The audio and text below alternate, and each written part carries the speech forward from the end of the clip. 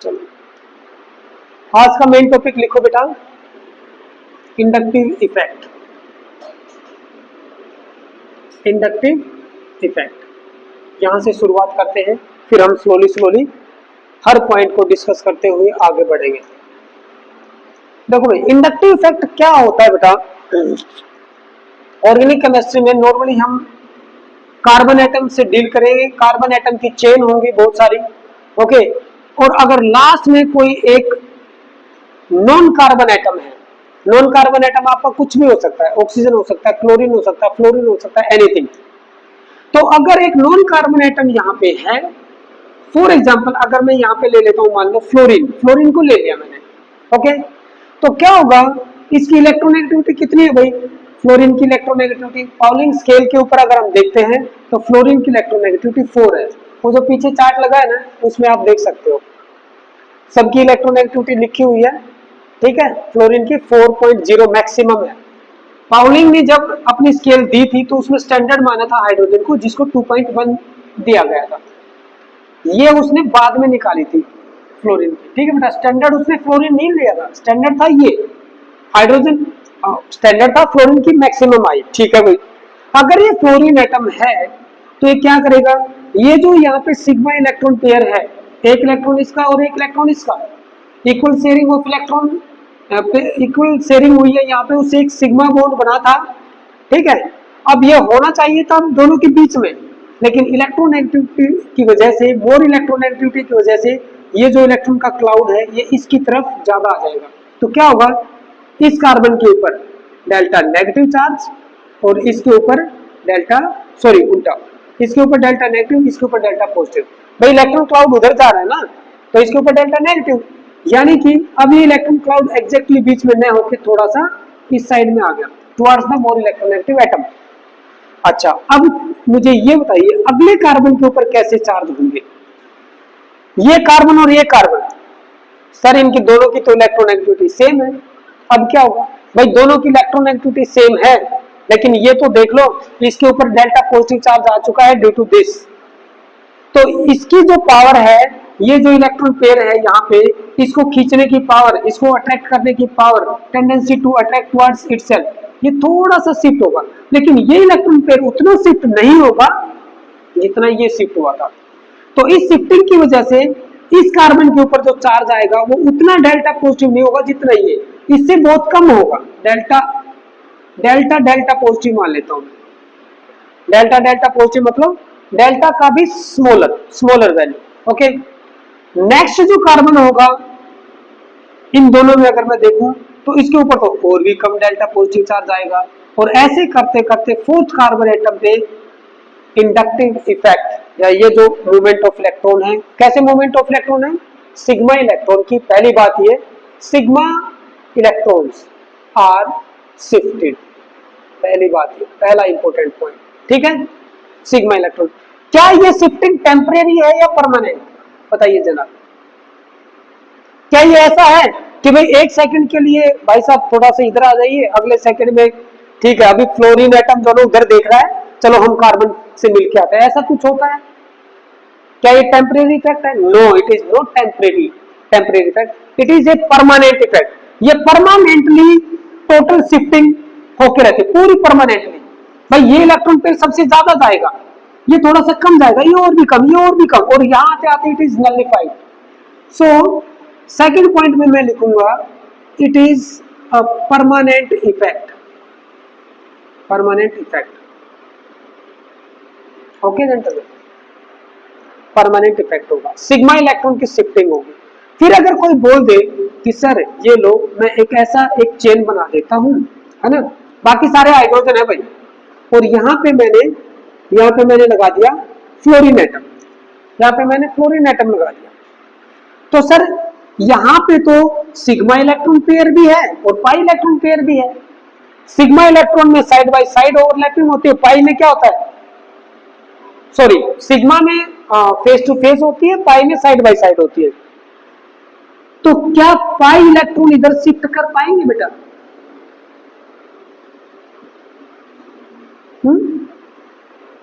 क्या ये fluorine atom यहाँ पे सिग्मा इलेक्ट्रॉन को तो खींच लिया, इसके ऊपर डेल्टा पॉजिटिव डेल्टा नेगेटिव आ गया। क्या इन दोनों कार्बन एटम के बीच में सिग्मा इलेक्ट्रॉन तो शिफ्ट हो गए, ठीक है, क्या पाई इलेक्ट्रॉन शिफ्ट हो पाएंगे? पाई इलेक्ट्रॉन शिफ्ट नहीं हो पाते, क्योंकि पाई इलेक्ट्रॉन डेंसिटी यहाँ पे एक्सिस पे नहीं है, यहाँ पे ऐसे एक लोब रहा होगा, यहाँ पे एक ऐसे लोब रहा होगा, इनकी साइड बाय साइड ओवरलैपिंग होती है, maximum density is away from the axis, centre में नहीं है बिल्कुल। ये जो डेल्टा पॉजिटिव चार्ज है ये along the line nuclear axis काम करेगा, ये इधर साइड से ऐसे इलेक्ट्रॉन नहीं खींच पाएगा। क्यों नहीं खींच पाएगा? उसका कारण है भाई, जैसे ही ये इधर से ये साइड इलेक्ट्रॉन खींचेगा, इधर वाले इसको क्या कर देंगे? रिपेल करेंगे बेटा। इधर से जो खींचेगा ऐसे, ये फोर्स ऐसे आएगी ना लाइक दिस, तो इधर वाली फोर्स जो इलेक्ट्रॉन की वजह से जो आएगा, जो चार्ज आएगा, उसको अपोज करेगा और इधर वाला इसको अपोज करेगा, लेकिन इस सेंटर वाले को अपोज करने वाला कोई नहीं है। That's why sigma electron are permanently shifted, but pi electrons are nowhere shifted. तो अगले पॉइंट में आप लिख सकते हो, third important point, pi electrons are not shifted, okay? Fourth point, अब मुझे ये बताओ कि ये जो शिफ्टिंग होगी ये electronegativity of the end atom, जो नॉन कार्बन एटम है, उसके डायरेक्टली प्रोपोर्शनल होगा या inversely proportional? Fourth point, inductive effect का जो मैग्नीट्यूड है, it is directly proportional to electronegativity of X atom. जितनी ज्यादा इलेक्ट्रोनेगेटिविटी होगी, शिफ्टिंग ऑफ पाई इलेक्ट्रॉन उतनी ही ज्यादा होगी। ओके, तो ये हमारे हो गए कुछ पॉइंट इंडक्टिव इफेक्ट से रिलेटेड। फिफ्थ पॉइंट में आप लिख सकते हो कि up to 4 carbon atoms, it is accounted, and after that it is negligible, वो negligible हो जाता है। ठीक है, 4 कार्बन एटम तक तो हम ले लेते हैं, 5वें में वो जाते जाते बहुत ही डाउन हो जाता है। That's why inductive effect is not counted. Okay, अगर इंडक्टिव इफेक्ट आया और उसमें आपने ये सारी चीजें लिख दी पॉइंट वाइज, तो क्या है? वो इंडक्टिव इफेक्ट है। अब इसकी डेफिनेशन अगर मैं एक लाइन में अगर लिखना चाहूं, inductive effect, the effect by which, जिसकी वजह से, by which the sigma electrons are permanently shifted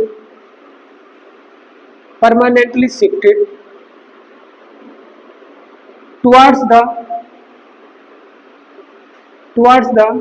more electronegative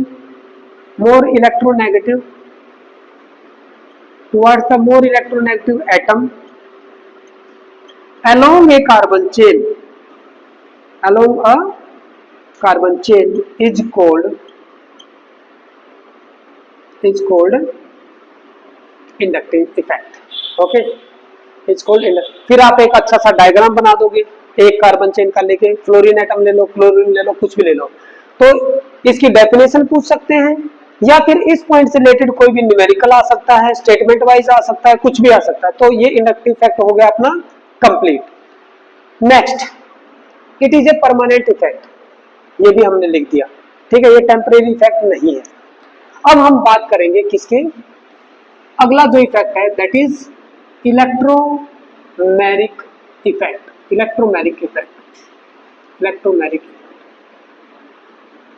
it is denoted by, ये भी लिख लो भाई, चलो, it is denoted by capital I. ये दो तरह का होता है बेटा, ये भी पॉइंट आ गया, एक प्लस आई और एक माइनस आई। ठीक है, प्लस आई और माइनस आई, जो अगर x के ऊपर सी प्लस आई कब बोलेंगे, अगर x के ऊपर नेगेटिव चार्ज आया, जो हमारा नॉन कार्बन एटम है, तो वो नेगेटिव आई इफेक्ट होगा, याद रखना। और अगर x के ऊपर पॉजिटिव चार्ज आया तो वो कैसा होगा, प्लस आई इफेक्ट होगा।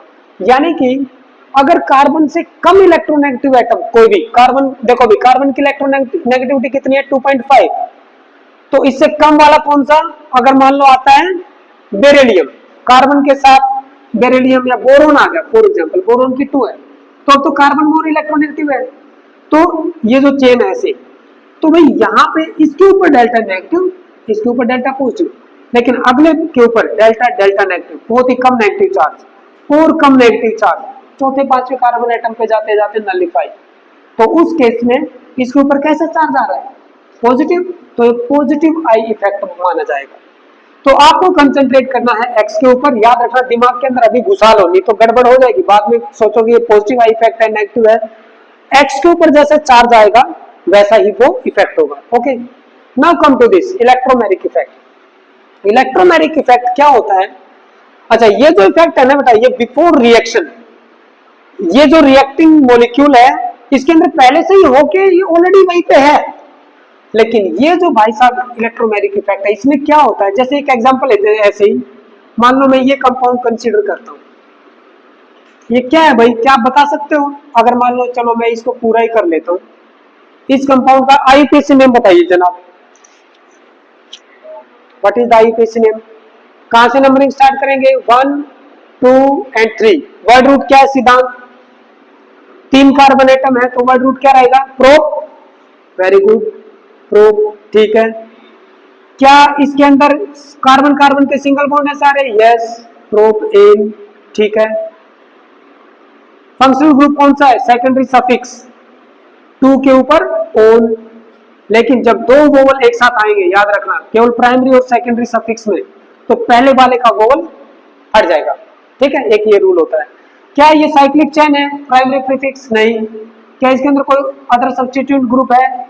सेकेंडरी प्रीफिक्स नहीं, तो बस इसका यही नेम होगा, प्रोप एन टू ओन, और इसको जनरली एसीटोन के नाम से जाना जाता है। ये पूरी दुनिया में यूज होने वाला, जैसे वाटर हो गया, आफ्टर दैट अल्कोहल और एसीटोन, ठीक है ना, ये एक बहुत ही ज्यादा अमाउंट में यूज होने वाला सोलवेंट है, ऑर्गेनिक सोलवेंट है। ओके, अब मान लो ये मेरा बीकर के अंदर है और इसकी रिएक्शन में जब करवा रहा हूं तो मैंने एक न्यूक्लियोफाइल डाला। न्यूक्लियोफाइल क्या होते हैं भाई, क्या कोई बताएगा मुझे? न्यूक्लियोफाइल हम किसको बोलेंगे? न्यूक्लियोफाइल, न्यूक्लियोफाइल, आप वर्ड के ऊपर जाओ बेटा, nucleophile, nucleo means nucleus, nucleus के ऊपर कैसा चार्ज होता है? पॉजिटिव चार्ज होता है। न्यूक्लियस के ऊपर कैसा चार्ज होता है? पॉजिटिव। फाइल मीन्स लविंग, यानी कि वो पॉजिटिव सेंटर की तरफ जाएगा। इट मीन्स कि उसके ऊपर नेगेटिव चार्ज होगा डेफिनेटली। Okay, very nice. तो नेगेटिव चार्ज वाला कोई एग्जांपल ले लूं मैं, जैसे मान लो OH नेगेटिव हो सकता है, Cl नेगेटिव भी हो सकता है, या हाई इलेक्ट्रॉन डेंसिटी वाला कोई भी कंपाउंड जैसे H2O, ये लो यहाँ पे काफी हाई इलेक्ट्रॉन डेंसिटी है ऑक्सीजन एटम के ऊपर, ठीक है बेटा।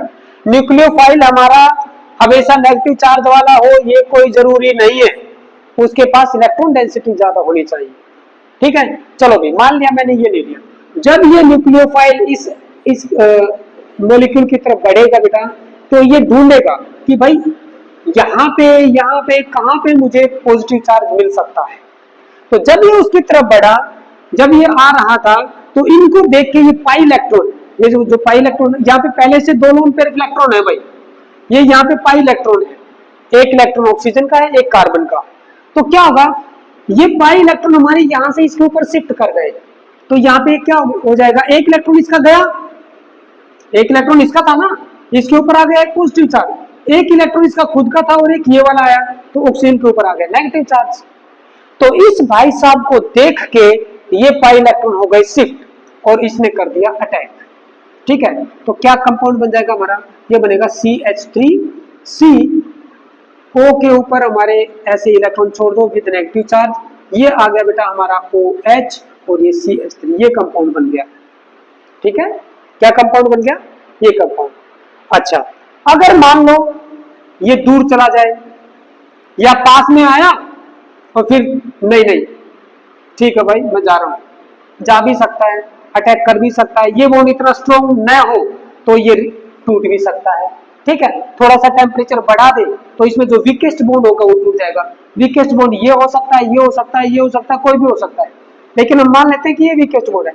तो जब ये जाएगा यहां से, तो जो इलेक्ट्रॉन गए थे वो वापिस आ जाएंगे, OH नेगेटिव आयन हमारा यहां पे आ गया।